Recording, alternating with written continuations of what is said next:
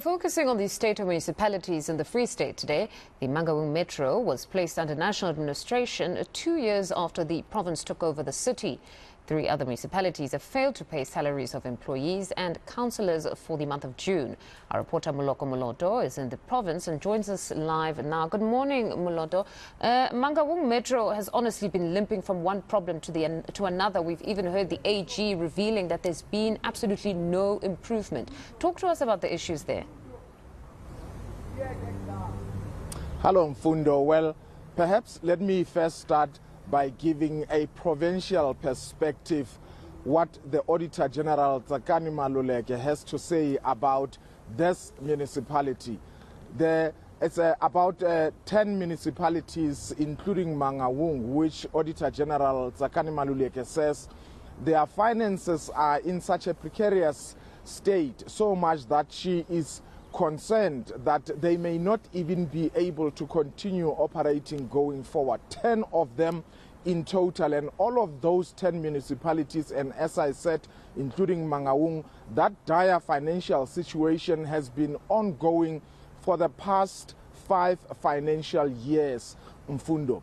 And if you look at how much money the province of the Free State or the municipalities here spend on consultants for the past five financial year, the AG says they spent well over 240 million rand paying consultants to put together their financial statements, despite the fact that people are paid to put these financial statements. She's still unhappy with the quality of many of those financial statements that are provided to her. Now, there are other 3 municipalities, specifically Mafube, local municipality, Kopanong, local municipality, as well as Masilonyana, local municipalities. So these 3 municipalities have not paid salaries of employees and councillors for the month of June. Now, in some instances, they have given their employees and councillors vouchers, food vouchers, to go and buy food. I think it was for about 1,000 rand. But let me come to Mangaung. This is the only metro in the Free State. It's been under the provincial intervention for the past 2 years. But things, even with the provincial intervention, things did not improve. Then in April this year, Cabinet decided to place it under national administration, and Cabinet said when it announced that decision that the financial and service delivery issues here have been so dire for a very prolonged time. Now, we also heard Minister Fikile Mbalula yesterday when he was announcing that there's going to be a forensic investigation to probe allegations of corruption in the procurement of buses for the bus rapid transport system that has been delayed by 5 years here in Mangaung, saying that this municipality has been, and I quote, a yo-yo. But let me speak to the man who knows it all. He is the leader of the DA caucus in Mangaung. His name is Johan Pretorius. Thank you so much for making time. For somebody who has no idea what the situation in Mangaung, in the council and in the administration side of things, paint us a picture.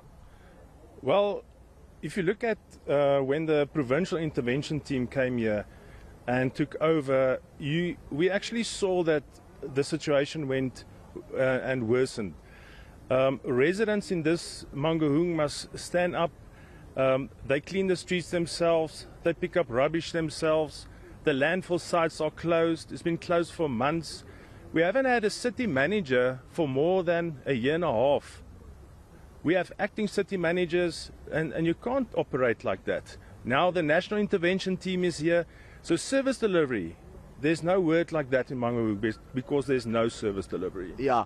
Johan, I was here yesterday when Minister Mbalula was briefing the media. He said that there has been instability at the leadership level in this municipality before the elections in November and after the elections. One would have thought that you guys as councillors, perhaps you are now starting on a clean state. But if this instability is going on, surely this can be good. No, it's really bad. I think as a councillor, and we had elections last year, we really thought that residents will actually speak at the ballot box and vote for the party that they want to take over. Unfortunately, the ANC still had 51 seats after the elections, and I think there's a lot of faction fights in the ANC as well, and that's causing a lot of instability. As a councillor, we are very worried about what's going on in Mangaung, and I mean the budget, it took the third time to pass. And the Third council meeting. Third council meeting. So the ANC had to get smaller parties to join them to pass a budget that's actually unfunded, even after we gave them proposals of what we think must be in the budget, but they just did not take our advice. Johan, as I was going through the Auditor General's report, she indicates that this municipality, this Metro Mangaung, lost about 429 million rand of conditional grants. The National Treasury decided to withhold that money, obviously impacting on service delivery. Yeah, I mean, if you can just go look to Musheshwe Road, they took the minister there this week. You get contractors that are not qualified to do the work. You pay them up front the money and they leave with the money. That is the problem. So capital projects are not being finished. They are built halfway and then the contractors run away with the money. And that is the problem. Well, finally, Johan, we can lament and do all these things. What must happen? Well, I think the ANC must seriously think of listening to the official opposition and other opposition parties. They must take our advice. And I think the biggest problem in Mangaung at this stage is the morale of officials. It's very bad. And we are sitting, and we put it in the media beginning this year, we are sitting with a lot of ghost workers.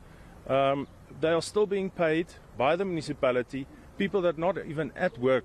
Just to give you an example, one person's job description is researcher, and he's getting 1.5 million a year for doing research. Research on what? I want a job like that, please. You're lucky you have a job, Johan. Many other million South Africans don't even have a single job. But Mfundo, that is the situation really. And if you go through this AG's report, she's indicating that, you know, there has been years of impunity and no consequences in municipalities here in the province. She's urging the MEC of Koktam, Xolisi Dugwana, to increase intervention and to ensure that there's a capacitation of officials and councillors in the municipalities across this province. Back to you. Actually, the MEC of Koktam, Xolisi Dugwana, has raised his hand. He actually went to meet the AG. We spoke to his spokesperson last week, saying they will be doing a bit more this time around to ensure that the situation does turn around. Thank you very much for that update. That's our reporter Moloko Moloto out in Bloemfontein for us. Now, as the